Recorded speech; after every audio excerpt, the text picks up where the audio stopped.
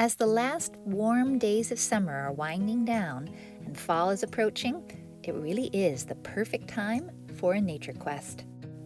I've noticed a lot of activity and interesting changes on my walks lately. I've had to be very careful not to disturb all kinds of orb web spiders as I pick the last of the summer's blackberries. Grasses are turning brown and covered with heavy seed heads.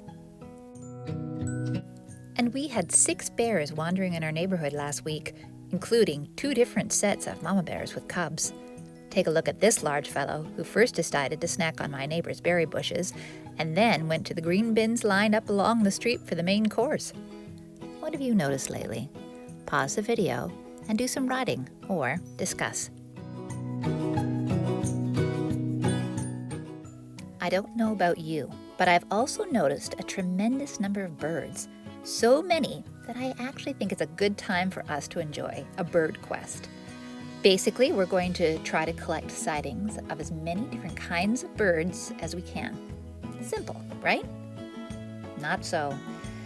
This kind of quest takes some preparation.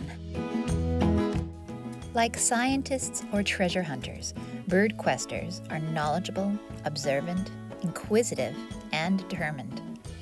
Without the right knowledge and skills, it's really tough to know what you're looking at and understand what a treasure it is. The first thing to do, therefore, is to embark on a quest for knowledge. This knowledge will be the key to open a whole treasure chest of birds living right in your own neighborhood.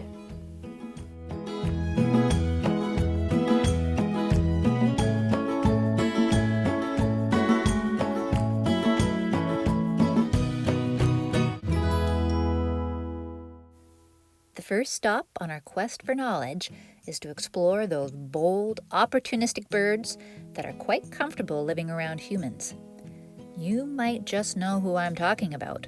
Before we go any further, take some time and write down the names of any birds, wild ones that is, who seem to fit this description, and then discuss your ideas with your classmates.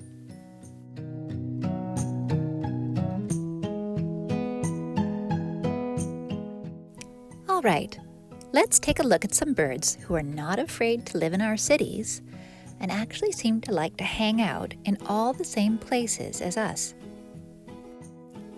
First up is our clever friend, the northwestern crow. They are truly our constant companions, crows, whether out for a nice stroll at a busy park or enjoying lunch at a local cafe. Of course, they are also happy picking through garbage, something that we're a little too fussy to really appreciate.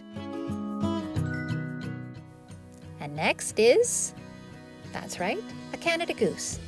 If it seems like a nice place for a picnic, you can almost guarantee that a Canada goose or 2 will be there as well. Just be careful where you step.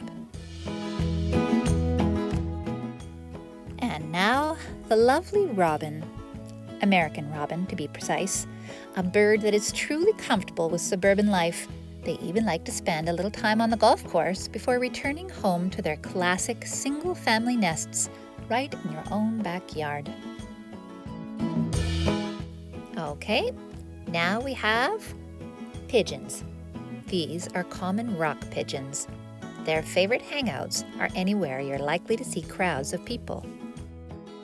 They even feel at ease resting on lampposts with a view of the noisy freeway.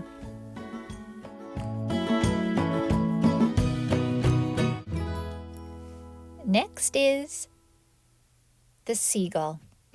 Well, herring gull to be specific. And we also have a young juvenile. Sure, you can see them at the beach, but they also like a nice sunny afternoon enjoying some live entertainment at places like Granville Island. I'm not sure they've read the signs, however.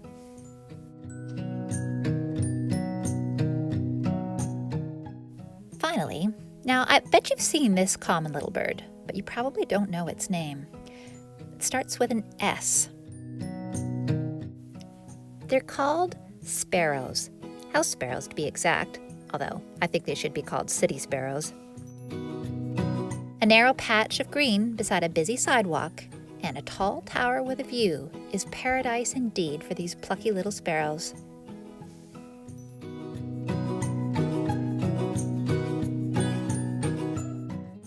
This magnificent pair at Olympic Village happens to be their favorite public art installation in Vancouver.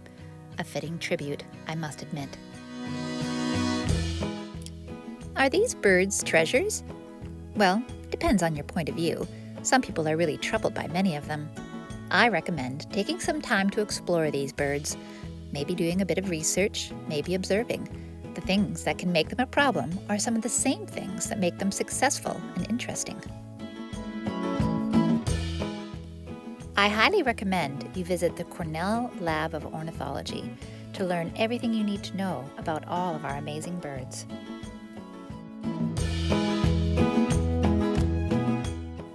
Or better yet, simply step outside your door. The great thing about common birds like northwestern crows and herring gulls is that you can find them everywhere, and it's always interesting to see what they're up to.